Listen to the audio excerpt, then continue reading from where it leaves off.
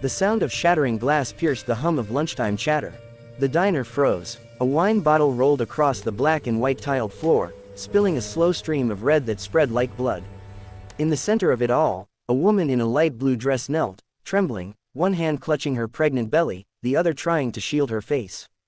Above her, a man stood with a black leather belt coiled in his hand like a serpent.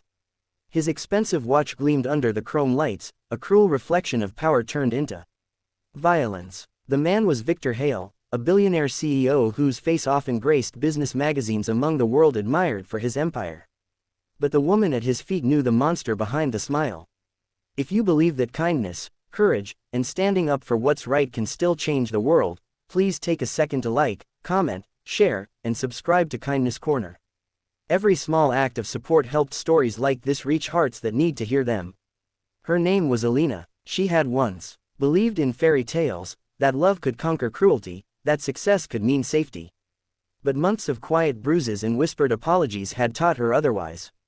And now, inside this bright, bustling diner on a quiet Thursday afternoon, her world shattered completely. Victor's face was cold, his tone low and venomous. He didn't care about the eyes watching from the booths or the way his wife's tears darkened the fabric of her dress. He was used to control in boardrooms, in business, and at home. Power was his comfort, fear was his weapon. The other customers sat paralyzed. Some turned away, others stared at their plates, pretending not to see. The waitresses near the counter froze mid-step, unsure whether to call someone or hide. The air was heavy with silent shame, the kind that comes when good people watch evil and do nothing. Alina tried to stand, her hand shaking as she reached for the edge of a booth. But Victor's voice boomed again, echoing through the diner.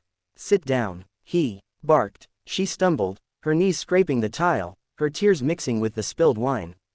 And then he lifted the belt. The sound of leather slicing the air made every heart stop. But before it could fall, before another blow could strike, the glass door of the diner swung open.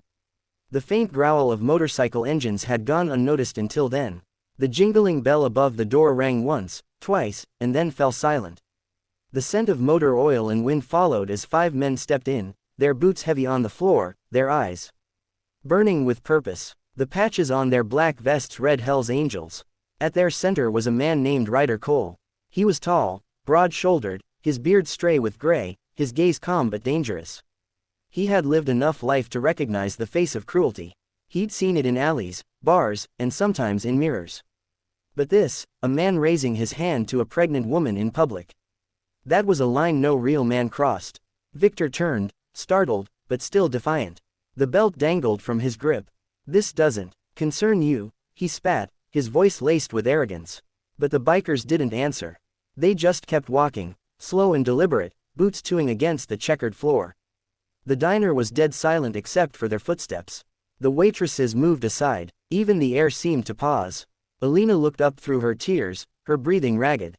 Ryder met her eyes, and in that split second, she saw something she hadn't felt in months. Protection. Ryder stopped just a few feet away from Victor. He didn't need to shout. His presence said everything. His voice, when it came, was low, steady, and sharp enough to cut steel.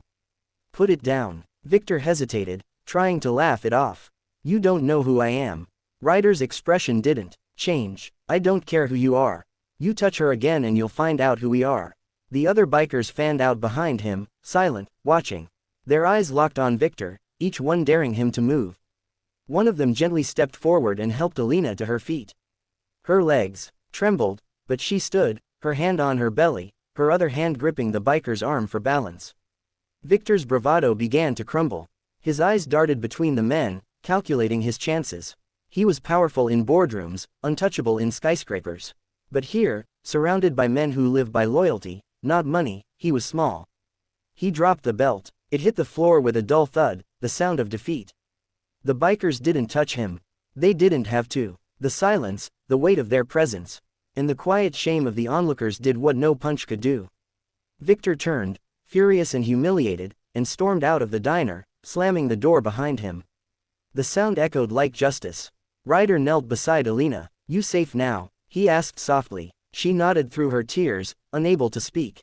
One of the waitresses brought her a glass of water and another draped a towel over her shoulders. Slowly, the diner came back to life. People whispered. Someone wiped the spilled wine. The broken glass was swept away, but something deeper had shifted. The room no longer felt cold with fear. Ryder stood and looked around at the other patrons, his voice calm but firm. Don't ever sit quiet when you see something like that. Silence protects the wrong people. Then he turned back toward the door. The bikers walked out the same way they came in, steady, quiet, leaving behind a space that suddenly felt a little safer. Outside, the motorcycles roared to life. Alina stepped to the window, watching them ride away into the sunlight. Her reflection in the glass looked different now, still fragile, still healing, but alive. For the first time in a long while, she felt a flicker of strength and gratitude for strangers who became angels when she needed them most. Sometimes heroes don't wear suits or capes. Sometimes they wear leather, ride steel, and carry the courage the rest of the world forgets to use. If this story touched your heart, if you believe courage can come from the most unexpected places, please like, share, and subscribe to Kindness Corner. Let's spread the message that standing up for others still matters. Comment below what would you have done if you were in that diner. And remember, kindness doesn't always look gentle. Sometimes it looks like strength. Sometimes it walks in wearing a leather vest and says, touch her again. I dare you.